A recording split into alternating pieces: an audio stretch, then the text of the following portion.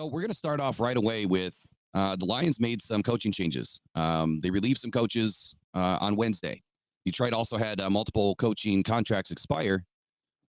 And I think that's where we're going to start this morning. So, senior assistant Jim Hostetler, defensive quality coach Wayne Blair, senior assistant John Fox, and defensive backs coach Brian Duker, all their contracts either expired or Brian Duker was actually hired by the Dolphins a couple of weeks ago. And the Lions officially removed him from the site and made it official. There's two that I want to focus on. And I'm sure, Derek, you're going to be hot on one of them. But the first one is John Scott. And the Lions parted ways with defensive line coach John Scott. And Tyrell Williams is his replacement. So what I will say right away on him is give you a little brief history. Williams joins the Lions. He's got 27 seasons of coaching underneath his belt. This is his 13th season in the NFL.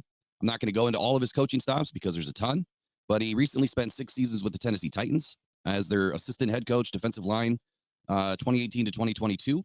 The Titans led the NFL in rushing yards allowed per game. That's a good number, 76.9 in 2022, and allowed the lowest rushing yards, 4 per carry, and fourth fewest rushing yards, 10,044 in the NFL during that span. So prior to joining the Titans, Williams also served as a defensive line coach for the Miami Dolphins and the Oakland Raiders. Here's my biggest question, though, and this is a really big one for me because I did a video a few months ago called Detroit Lions defensive line coach change, who's to blame? When, I noticed there was a lot of issues. There's a lot of issues with the defensive line, big changes between 22 and 23. And I felt the issue was related to Todd Wash leaving and felt that John Scott was just not getting it done. So my first question to you, Derek, is are the Lions masking Aaron Glenn's deficiencies by hiring and firing coaching staff instead of facing Aaron Glenn? You really want to start me off with that this morning, man? Get it You really rolling. trying to? Okay, all right. You know what, man? I'm gonna say that I think that it's 75% that's what it is. I know Todd Wash was a big deal, and the thing about it though that I'm trying to figure out, Will, is okay. So you have the same personnel with Wash, pretty much that you had last year, and I know he went to Carolina, I believe, with Deuce Staley. So when we get into that second coach that I know you're going to talk about, I'm going to say yes. I'm going to say yes. I can go on down deep into it, but I'm not going to do that this morning. I think that they are. I think that they are. It's only so many coaches that you can fire. And I made a video yesterday about how many defensive back coaches are going to get fired or relieved of their duties or not, signed up for a second contract. So I'm going to say that that's part of the reason that does have something to do with it. But I also believe that there is a lack of talent as well. And I think that you have to see a lot of people don't want to do this, Will, but you have to put the blame on someone. It's either the personnel, it's either the way they're being coached, it's either or it's a little bit of both. So I'm going to say masking to a certain degree, but it also could be something related to the coaching staff as well. I think that, I'm in agreement with all of that. My second follow-up was, or is it just John Scott, didn't have the experience to get it done? And I think you kind of answered that it's partially masking Aaron Glenn's deficiencies as well as addressing that, hey, there's an issue here because they dropped off the face of a cliff between Todd Wash and John Scott. I mean, they still had a ton of pressures, did great in the run game. But I would almost argue that the incredible job against the run would speak highly to what John Scott did or was able to do. Or maybe that was the job of the linebackers and the defensive backs that were coming up in the box that were giving more run support, if you will. I typically use that term on the offensive side of the ball, but they were kind of carrying the defense and at times they were the biggest liabilities of the defense. So I don't know. I feel like it's a good move. I was sad to see Todd Wash go because we just know that guy brings it. I mean, a former defensive coordinator, he joined Campbell's staff in 2021, following an 8-year stint with the Jaguars, where he also served as their DC for 5 seasons. The Lions still, struggled in run defense in 2021, and they made a huge leap in 2022. Yeah. So, I mean, they went from ranking 29th in the league, allowing 146.5 yards per game to, where did we finish? Somewhere in the top 5 or top 10 in run defense. I don't remember the stat right off the top of my head. It was one of them, bro. It was one of them. But the pass defense is what was suffering for sure. Yeah, so let's talk about that one next. And you said 75% you feel like the reason is deficiencies in Aaron Glenn. And right now, the poll chat, the poll in the chat, 73% agrees that the Lions are masking Aaron Glenn's deficiencies. So let's talk about Dre Bly for a moment. He was high promise, coming to the Detroit Lions, being a defensive backs coach in the college ranks, former Detroit Lion. I mean, I was super excited to bring him back in. I mean, he was one of the best to do it for the Lions when he was here. Very well liked, very good dude. Um, High promise for this guy. Just didn't pan out. How do you place the blame on him versus Aaron Glenn? I mean, is it a scheme thing? Is it a coaching thing? Is it your downline coaches that are the problem? I guess there's a lot of questions to be answered, and I tell you right now, Deshae Townsend better knock it out of the park this year. Otherwise, there's going to be a lot of questions opening up. So the Lions let go of quarterbacks coach and former Detroit Lion Dre Bly after a very rough year for the Lions secondary. Townsend takes over his role. Few tidbits about Townsend: 10th season as an NFL coach. He was the passing game coordinator, quarterbacks coach for the Jacksonville Jaguars, 2022 to 23. He was also the secondary coach for the Bears, 2019 to 21, and the assistant defensive backs coach for the Giants and Arizona Cardinals. He was also the DB coach for the Tennessee Titans, and then he also worked in the college ranks as a cornerbacks coach with Mississippi State from 2013 to 15. Also a player, 13 seasons as a cornerback. So Lions are doing it right, bringing in former players. So my question to you is, what is going on with the secondary? Is this, again, Aaron Glenn, deficiencies getting masked, or was it a coaching issue?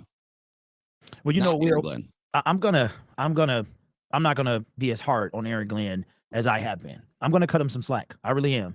And I'm gonna say the thing about Aaron Glenn that I think people don't realize is you talk about scheme. People talk about the deficiencies in personnel. And I agree with that. The defensive line, you mentioned how it wasn't up to par like it was last year. And the crazy thing about that is we wound up with a second half more. And half of that was most of that was Hutch, some of that was Bruce Irvin. But at the same time, it's like you have to you can't just keep going through coaches. You know what I'm saying? So now you have Aubrey Pleasant. Fire him. If you remember, we go back to 2022. Dan Campbell got up there. You could see he was emotionally distraught. He says something had to change. So basically, we needed a spark. And the players admitted it was a spark, told them no one was safe. So now you fast forward to the second year. Run defense is way better. Still the same, pretty much the same personnel. You are better in the secondary, yet you are 27th in the league in pass defense. Some of that can be attributed to your pass rush, but what's the rest of it? So all of it is the secondary coach. So now we've gone through two secondary coaches in just as many years, and AG is the man that just keeps someone floating by. So I'm going to say that I'm not going to just direct all the problem on him. But I watched the game, and again, I'm going to go back to December 30th, 2023, when you have Kendall Vildor on CeeDee Lamb 1-on-1 with no safety help over the top.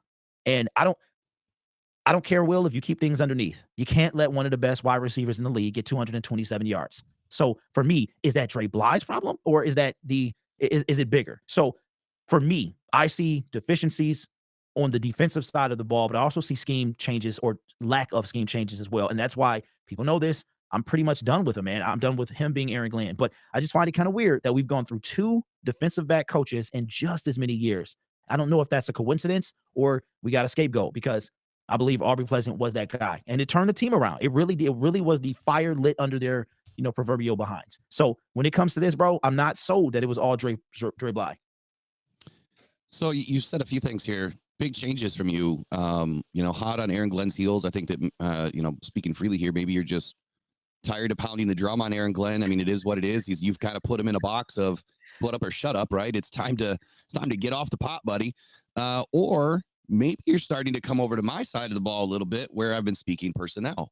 And that's kind of where I'm at. I'm 50-50, honestly. I feel like Aaron Glenn's, he's your leader, right? And then he's got all of his downline coaches that have to do their job. And if you know anything about the NFL, which there's so much to learn, right? So, everybody out there, we all know a little bit. There's so much for us to all learn. But what I understand about the hierarchy with the coaching, AG makes a call and he says, I want to run this defense. Well, then you've got like 5, 6, 7, 8 coaches all doing their part on that one play within seconds.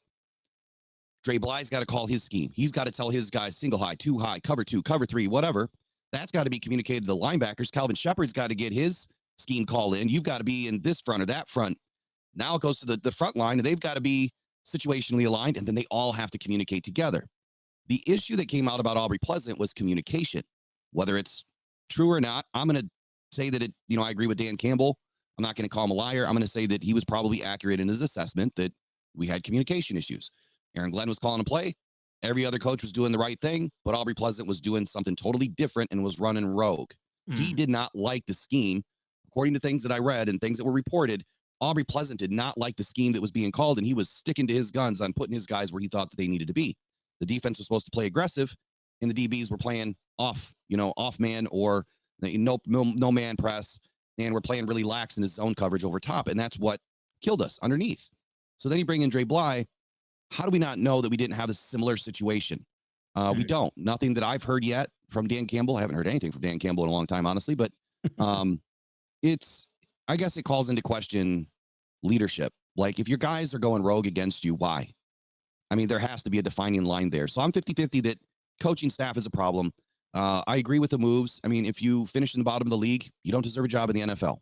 So this is the last season for Aaron Glenn to get it together. And we know that we're missing a dog, in that DB room that is not a safety. We need a cornerback.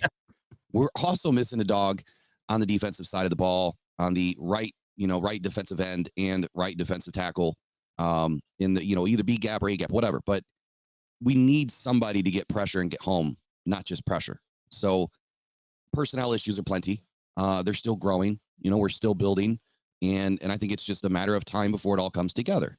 So I agree. And I guess I'm a little taken aback, Derek, that you're not going after Aaron Glenn today. Like, I think that's a big change from you, man. What talk about the change? Why? Are you just sick of it or had enough? Yeah, I think that's what it is. Plus, I'm like this. Well, I've always been the guy that will stand out on the ledge. And when it comes to this defensive, like this YouTube Detroit thing, and a lot of people, and I guess this will incorporate the other half of this as well, is I'm the guy that stands out on the ledge of, okay, somebody has to be held accountable. Accountability is a big word that floats around the city of Detroit.